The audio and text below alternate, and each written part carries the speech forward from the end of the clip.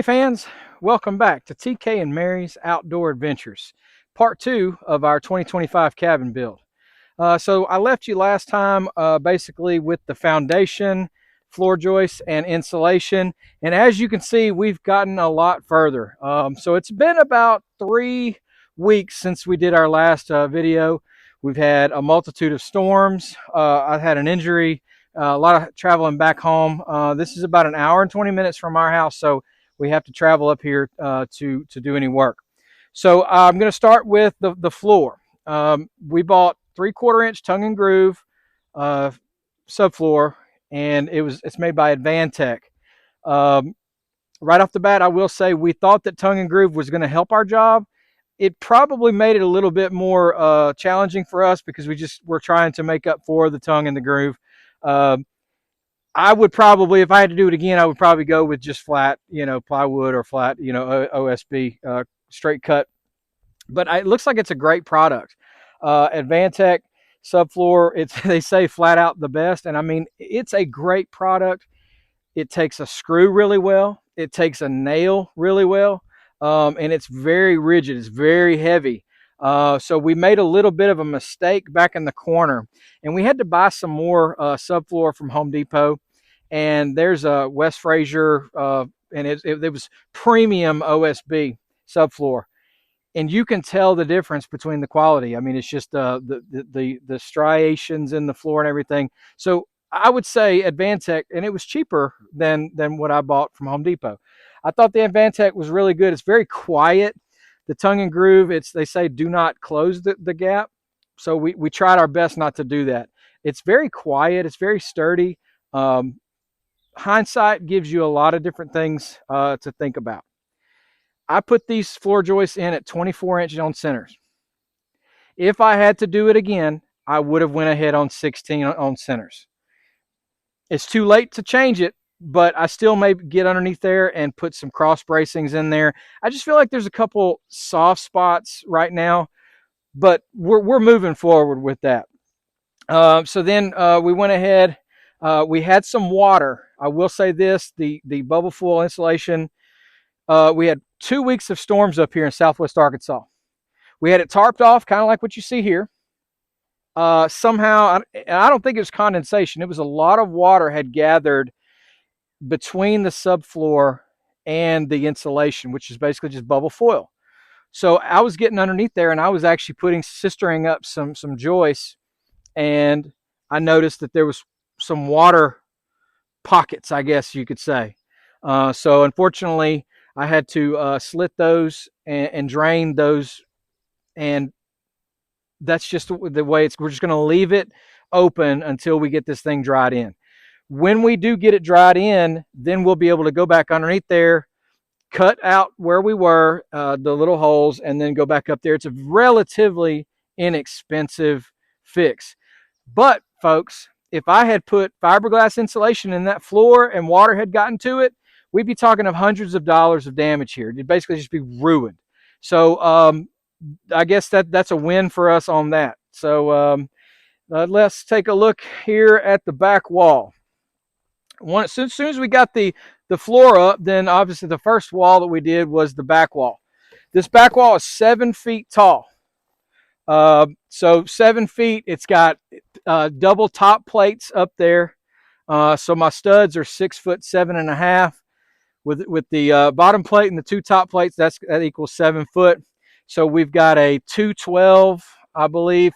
We go from 7 foot all the way up to 9 foot. Front wall is 9 foot. Now you might be able to see up there that there's not a double top plate, but there will be a double top plate.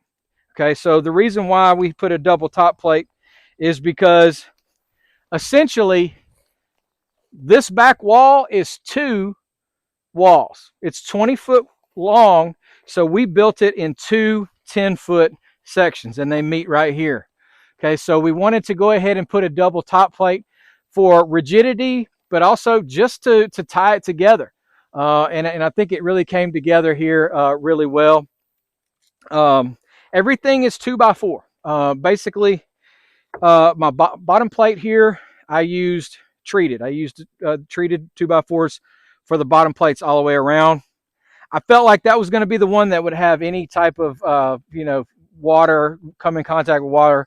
But everything, all of my studs and all of my upper plates and everything is just regular number two pine 2x4. And they're relatively inexpensive, but you don't need. There are people that build with treated lumber all the way throughout. I don't think it's necessary. I mean, all of my foundation and everything like that is all treated lumber. So let's walk around here.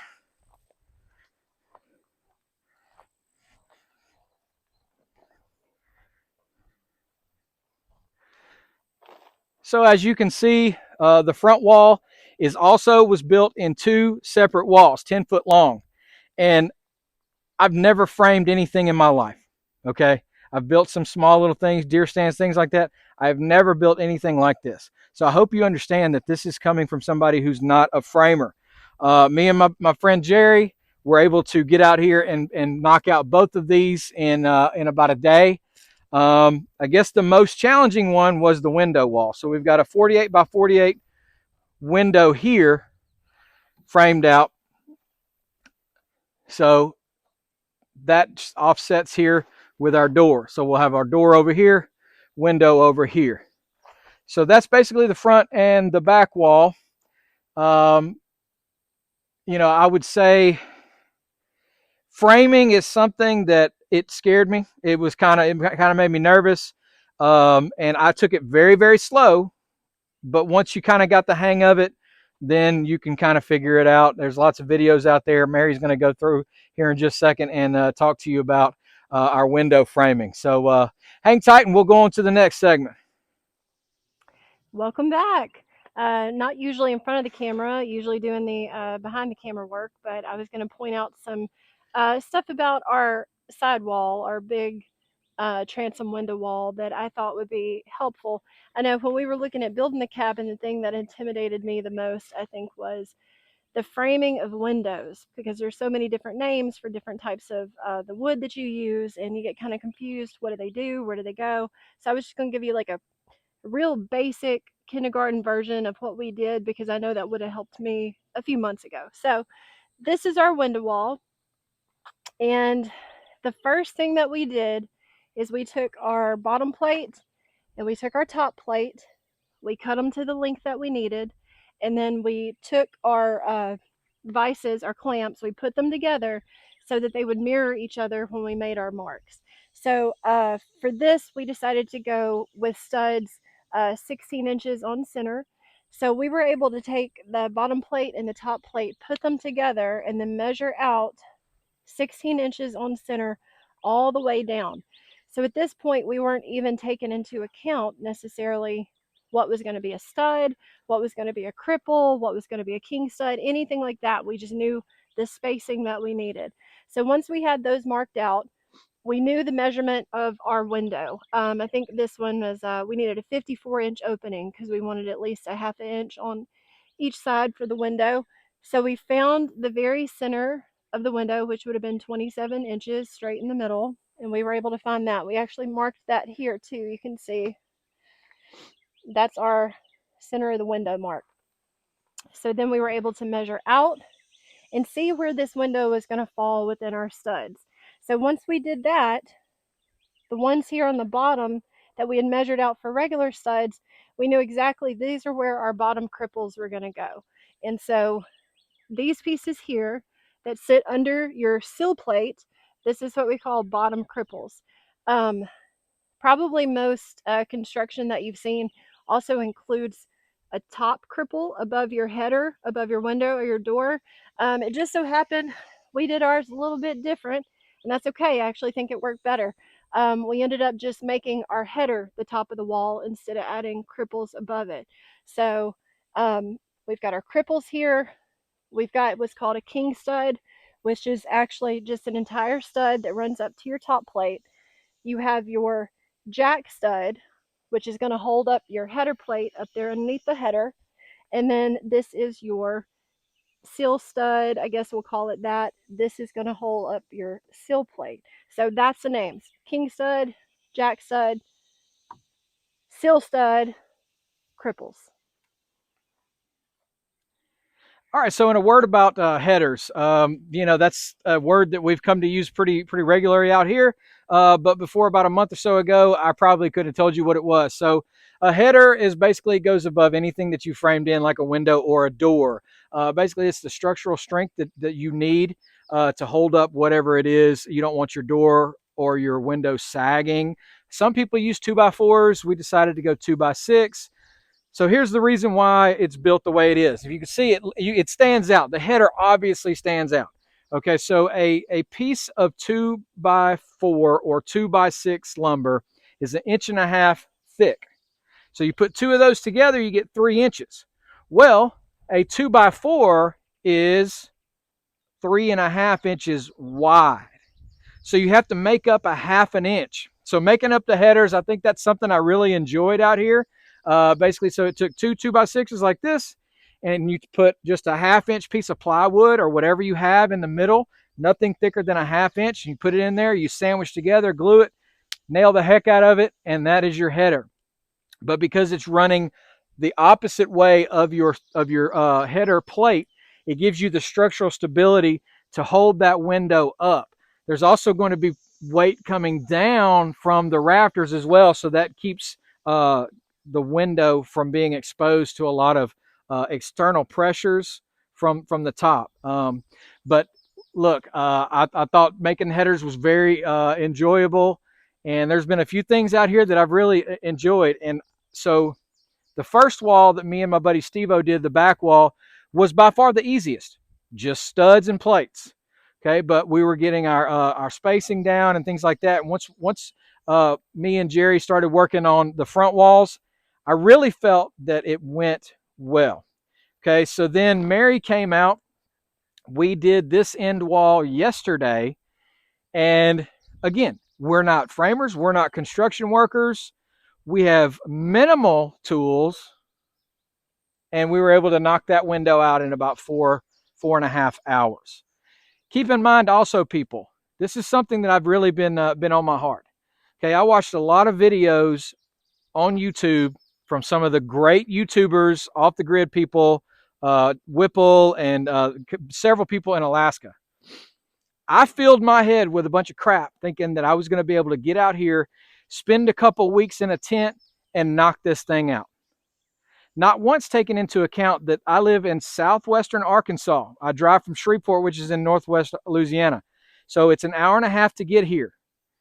By the time I got out of school in May, it was already in the 90s throughout the day and still in the late upper 70s or 80s at night. I couldn't get out of the heat. It was physically taking its toll.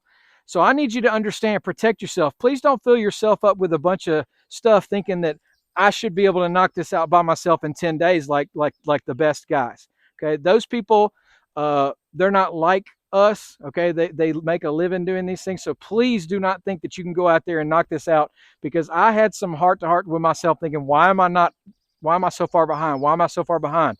Well, it's 97 degrees right now, okay? 97 degrees. It's very sunny. I think the UV's at like 8. So I need you to understand, take care of yourself out there. Don't get in a rush. You need to learn to if you're going to do a budget for money, for what it's going to cost you, but do a budget of time too. I should have done that. That's one of my biggest mistakes. I should have budgeted my time and understood that this is where I'm going to be for this week. This is where I'm going to be for this week. And if there's any things that throw you back, that's okay. And so it kind of hurt me there a little bit. But here we are. We did the second end wall down here today. I think it took us about 4 hours, so we improved it a little bit, and it went so quickly. We just kind of went by the same. We mirrored this one, and it went up great. Right before we decided to pack it up, I put the double top plate on the side walls, and I want to show you something about what I did with the double top plate.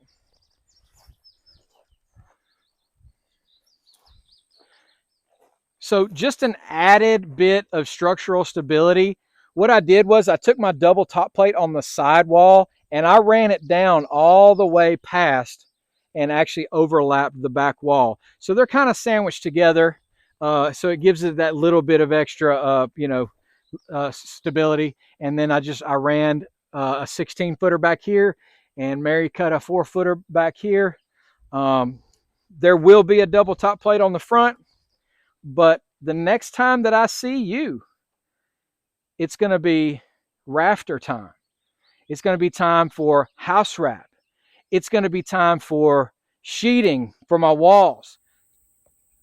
All right, sorry about that. That clip got cut short because the phone got overheated. So that's just an illustration of just how hot it is out here, honestly. And I have to say how much I appreciate Mary, Jerry, and Steve-O for helping me out here, because it is so hot and it's not easy. We call it the hurt locker out here. So anyway, we are ready to move to rafters and starting to get this thing dried in on the next video. So be expecting walls and rafters, skip sheeting and things like that. And hopefully we'll start getting a roof on it here really short. But really quickly, today is July 4th, 2025, okay? America is the freest nation on the planet. We're the last bastion of democracy and freedom. So don't let anybody tell you otherwise. You have the freedom to buy your own piece of the American continent. You have the freedom to do something with your own piece of the American continent. Okay, these are the things that our forefathers and our ancestors strove for. So please make sure you understand that freedom is not free, and we appreciate the people who protect those rights for us. Happy birthday to America. We're about to wrap it up here at Area 41, head back to Shreveport, and try to catch the end of the July 4th festivities. So thank you so much for watching, guys. The amount of likes and subscribes have been amazing lately, so please keep it up. Don't forget to like and subscribe. My little channel is growing by leaps and bounds thanks to Mary and everybody who's helped me with my content. So anyway, have a great summer, and we will see you on the next one. Thank you so much. Bye.